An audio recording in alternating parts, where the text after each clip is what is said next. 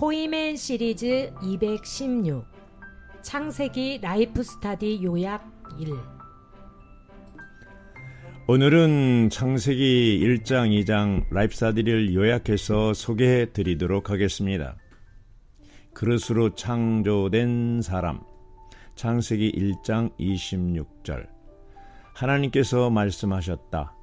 우리가 우리의 형상대로 우리의 모양에 따라 사람을 만듭시다. 사람은 하나님의 형상을 따라 창조되었고 하나님의 형상은 곧 그리스도이므로 사람은 그리스도의 형상을 따라서 창조되었습니다. 로마서 5장 14절은 아담은 오실 분의 예표라고 말합니다. 우리가 어떤 사람의 사진을 찍을 때 그 사진은 그 사람의 표상이요 예표입니다. 사진이 어떤 형상을 나타내는 것처럼 사람은 하나님의 형상인 그리스도를 나타내기 위해 만들어졌습니다. 장갑을 예로 들어봅시다. 장갑은 손의 형상과 손의 형태를 따라서 만들어졌습니다. 손과 장갑은 다 손가락이 5입니다. 장갑은 손의 형상에 따라 만들어졌으며 그 목적은 어느 날 손이 장갑 속으로 들어가기 위한 것입니다. 손은 장갑을 채우고 장갑은 손을 나타냅니다. 왜 사람은 그리스도의 형상을 따라 만들어졌을까요? 그 이유는 하나님의 목적이 그리스도께서 사람 안으로 들어가서 사람을 통해 그분 자신을 나타내는 것이기 때문입니다. 로마서 9장 21절과 23절은 사람은 그릇, 즉 담는 그릇으로 만들어졌다고 분명히 말하고 있습니다. 사람은 망치와 같은 도구가 아니라 하나님을 담는 그릇으로 만들어졌습니다. 우리는 단지 그리스도를 담는 그릇입니다. 그릇인 우리의 내용이신 그리스도. 창세기 1장 26절 상. 하나님께서 말씀하셨다. 우리가 우리의 형상대로 우리의 모양에 따라 사람을 만듭시다. 우리에게는 생각과 감정과 의지가 있으며 그것은 그리스도를 따라서 만들어졌습니다. 분명히 그리스도는 최고의 생각과 최고의 의지와 최고의 감정을 가지고 계십니다. 하지만 우리의 생각과 감정과 의지는 그렇게 실제적이지 않습니다. 손과 장갑의 예를 다시 생각해 봅시다. 사람의 손에는 하나의 엄지손가락과 4개의 손가락이 있으며 장갑에도 하나의 엄지손가락과 4개의 손가락이 있습니다. 장갑의 엄지손가락도 엄지손가락이지만 진짜 손가락과 비교해 보면 큰 차이가 있음을 부인할 수 없습니다.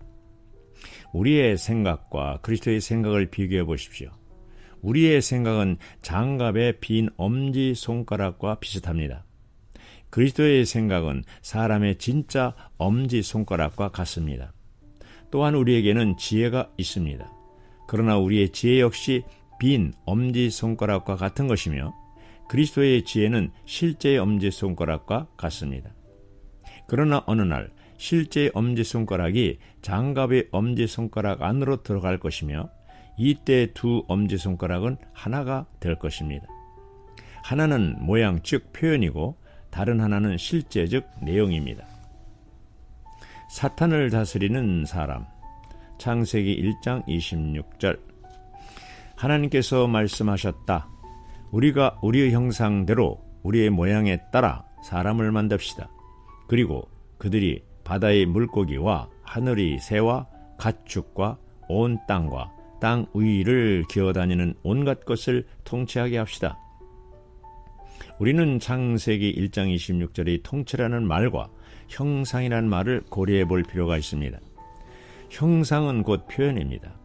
하나님은 사람이 그분을 표현하게 하고자 하는 의도에서 그분의 형상대로 사람을 창조하셨습니다. 통치한다는 말은 왕국과 권위를 의미합니다. 사람은 하나님을 표현하기 위해 하나님의 형상을 따라 만들어졌고 하나님을 대표하여 다스리기 위하여 다스리는 권위를 부여받았습니다. 원초의 창조에서 하나님은 자신을 나타내는 오직 한 가지 목적을 갖고 계셨으나 사탄의 배역으로 말미암아 하나님은 이제 또 다른 목적, 즉 그분의 원수를 처리하는 목적을 갖게 된 것입니다. 하나님이 사람을 창조하셨을 때 그분은 이런 두 가지 목적을 가지고 계셨습니다. 그러므로 하나님은 자신을 나타내기 위해 사람을 그분의 형상대로 창조하셨고 그분의 원수를 처리하기 위하여 사람에게 그분의 다스리는 권위를 부여해 준 것입니다. 우리는 가정생활에서 하나님을 나타내고 사탄을 처리해야 합니다. 남편이 집에 돌아왔을 때 아내들이 하나님을 나타내지 못하는 경우가 많습니다. 남편도 또한 많은 때 뱀을 나타냅니다. 나는 이것을 경험에 의해 알고 있습니다. 많은 경우 나는 뱀을 표현하고 있다는 것을 발견하고는 기도하러 들어갑니다. 오, 주 예수님, 나를 용서하소서. 뱀을 묶으소서. 당신의 아내를 다루려고 하지 마십시오. 우리는 반드시 그 뒤에 있는 뱀을 다루어야 합니다. 우리가 더 많이 논쟁할수록 사탄이 지위를 얻게 됩니다. 사탄을 처리하는 한 가지 길은 무릎을 꿇고 주께 나아가며 기도하며 주님의 이름을 부르고 주님이 뱀을 묶으시도록 구하는 것입니다. 여러분은 하나님의 사진입니까? 창세기 1장 27절 하나님은 그분 자신의 형상대로 사람을 창조하셨다. 하나님은 그분의 형상대로 사람을 창조하시되 남자와 여자로 창조하셨다. 우리는 이미 하나님의 형상을 가지고 있는데 왜 하나님을 나타낼 수 없습니까? 하나님의 형상대로 창조된 사람이 마치 사람의 사진과 같다고 말할 수 있습니다. 가령 당신이 박형제의 사진을 찍어 그것을 다른 사람에게 보여주면서 이것이 박형제라고 말했다고 합시다. 어떤 의미로는 그것이 박형제이기 때문에 당신은 옳은 것입니다. 그러나 그 사진은 실제의 박형제가 아니고 단지 사진 안에 있는 박형제입니다. 비록 그 사진이 박형제의 용모와 자태와 인물을 보여주기는 하지만 박형제의 생명을 가지고 있지는 않습니다. 박형제의 모습을 보여줄 수는 있지만 그를 나타낼 수는 없습니다. 그 사진이 박형제를 표현하는 유일한 길은 그의 생명을 담는 것입니다. 사람은 하나님의 형상대로 창조되었지만 그는 사진과 같이 하나님의 생명이 없이 하나님에 관한 여러 면들을 보여줄 뿐입니다. 사람은 하나님의 형상을 가지고 있었지만 하나님의 생명을 가지고 있지는 않았습니다. 하나님의 뜻은 사람이 생명나무로 지시된 생명을 취하는 것입니다. 사람은 이것에 있어 실패했습니다. 오늘 우리는 그리스도를 믿음으로써 다시 그 생명에 이르게 되었고 영원한 하나님의 생명을 받았습니다. 그러므로 그분의 생명을 얻는 길 외에 그분의 형상 안에서 하나님을 나타내고 그의 권위를 가지고 하나님을 대표할 다른 길이 없습니다. 이것은 성경의 많은 구절들을 통해서도 확정됩니다. 하나님을 받아들이기 위한 영. 창세기 2장 7절 여호와 하나님께서 땅의 흙으로 사람을 지으시고 그 코에 생명의 호흡을 불어넣으시자 사람이 산 혼이 되었다. 하나님 닮는 그릇인 사람이 하나님과 영적인 것들을 접촉하는 기관, 즉 영을 갖게 하기 위하여 하나님은 생기를 사람의 코에 불어넣으셨습니다. 라디오 안에는 수신기가 있는데 이것이 파손되었을 때는 전파를 받을 수 없습니다. 마찬가지로 우리의 몸은 외적인 그릇이며 우리 속에는 하나님과 접촉할 수 있는 수신기인 영이 있습니다. 이 영을 통해서 우리는 영적인 것들을 접촉할 수 있습니다. 칠판은 손으로 만지고 향기는 코로 맡고 색깔은 눈으로 봅니다. 또한 소리는 귀로 듣습니다. 이렇게 물질적인 모든 것들은 우리 육신의 감각으로 구체화될 수 있습니다. 우주에는 영적인 것들이 있습니다. 우주에는 하나님이 계시며 그분은 영이십니다. 그러므로 우리 육신의 감각으로는 그분을 구체화할 수 없습니다. 육신의 방법으로 하나님을 구체화할 수 없다고 해서 하나님을 부인하는 것은 어리석은 일입니다. 우리가 어떤 것을 느낄 수 없다고 해서 그것이 존재하지 않는다고 말할 수는 없습니다. 대기 중에는 많은 라디오 전파가 있지만 수신기가 없이는 그것을 구체화할 수 없는 것과 같습니다. 이와 같이 우리는 수신기인 사람의 영이 없이는 하나님을 구체화할 수 없습니다. 우리의 영의 기능을 잘 발휘하지 않는다면 하나님을 느끼고 받아들일 수 없을 것입니다. 우리는 우리의 영을 하나님께 맞출 필요가 있습니다. 우리는 하나님을 접촉하기 위해 우리의 영을 사용해야 합니다. 우리 안에는 사람의 영이라고 부르는 기관이 있습니다. 하나님 없이는 공허한 존재. 창세기 2장 7절. 여호와 하나님께서 땅의 흙으로 사람을 지으시고 그 코에 생명의 호흡을 불어넣으시자 사람이 산혼이 되었다. 여러분이 가난한 사람이라고 가정해 봅시다. 여러분은 먼저 육체적인 필요를 채우기 위해 돈을 벌려고 할 것입니다.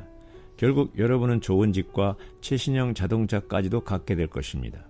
이런 육체적인 필요가 채워진 후 여러분은 음악이나 운동 등 즐길 것들을 찾을 것입니다.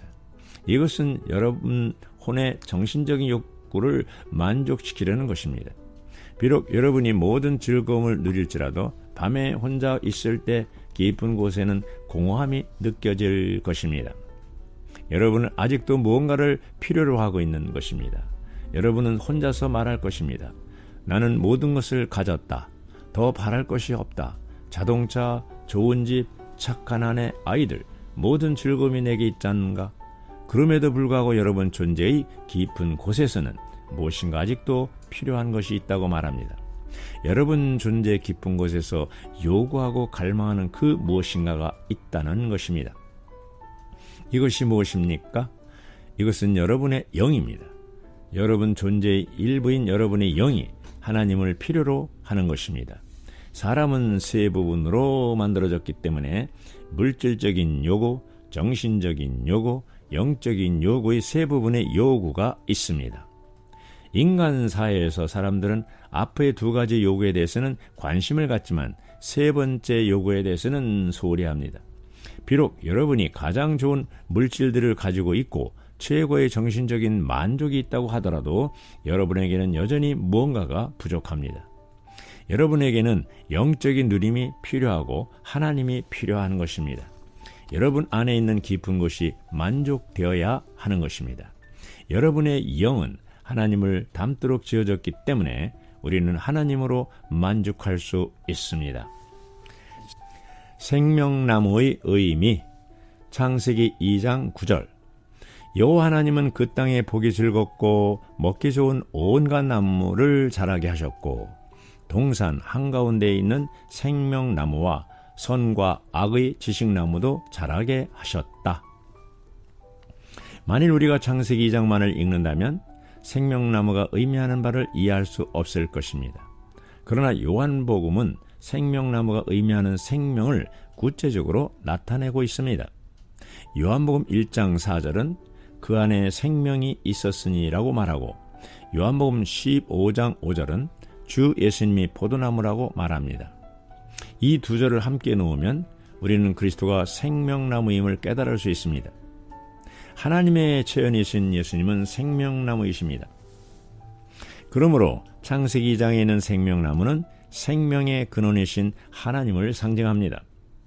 우주 안에는 그 근원 외에 다른 나무, 즉 다른 근원인 사망이 있습니다. 그러나 이 나무는 사망나무라고 불리지 않고 선악을 알게 하는 나무라고 불렀습니다. 생명나무는 생명의 근원이신 하나님을, 선악을 알게 하는 나무는 사망의 근원인 사탄을 상징합니다. 하나님은 생명의 근원이고 사탄은 사망의 근원입니다. 그러므로 창세기 2장에서 우리는 두 나무로 상징된 두 근원을 볼 수 있습니다. 사망은 선악을 알게 하는 나무에서 시작되어 불못으로 끝납니다. 생명은 생명나무에서 시작되어 새 예루살렘으로 끝납니다. 구원받기 전에는 우리가 사망의 노선 안에 있었지만 구원받은 후 우리는 생명의 노선 안으로 옮겨진 것입니다. 우리를 행복하게 하시는 하나님. 창세기 2장 9절 상. 여호와 하나님은 그 땅에 보기 즐겁고 먹기 좋은 온갖 나무를 자라게 하셨고, 여호와 하나님은 그 땅에서 보기 아름답고 먹기 좋은 나무가 나게 하셨습니다. 하나님은 사람이 기뻐하고 즐거워하시기를 원하셨던 것입니다. 하나님의 의도는 사람으로 일하게 하는 것이 아니라 하나님이 만드신 것을 누림으로 기뻐하고 만족하는 것이었습니다. 이것은 우리의 종교적인 생각과는 상반되는 것입니다. 내가 어린 그리스도인이었을 때 나는 침울한 얼굴로 하나님을 섬기는 사람들을 많이 보았습니다. 그러나 하나님이 원하시는 것은 그런 경배가 아닙니다. 그분은 단지 우리가 즐거워하는 것에 관심이 있습니다. 그렇기 때문에 시편에서 주님에게 노래하며 즐거이 부르자라고 한 것입니다. 하나님은 우리의 웃는 얼굴을 기뻐하십니다. 하나님은 우리가 하나님으로 인해 기뻐하고 만족하는 것을 원하십니다. 우리가 하나님을 위해 한 일이나 해야 할 일들을 생각하지 마십시오. 다만 지금 주 안에서 기뻐하고 있는가 그렇지 않은가만을 생각하십시오. 로마서 14장 17절에서 하나님의 왕국은 의와 화평 그리고 성령 안에 있는 기쁨이라고 말합니다. 우리는 하나님과 함께 기뻐해야 합니다. 만일 우리가 하나님과 함께 기쁘고 즐겁지 않다면 그것은 우리와 하나님 사이에 문제가 있는 것입니다. 우리에게 기쁨이 없을 때 우리가 하나님을 위해서 하는 일은 다 무거운 짐이 될 것입니다. 우리에게는 그런 무거운 짐이 필요한 것이 아니라 다만 기뻐해야 합니다. 우리는 하나님으로 인하여 기쁘고 즐겁고 만족해야 하는 것입니다. 아멘.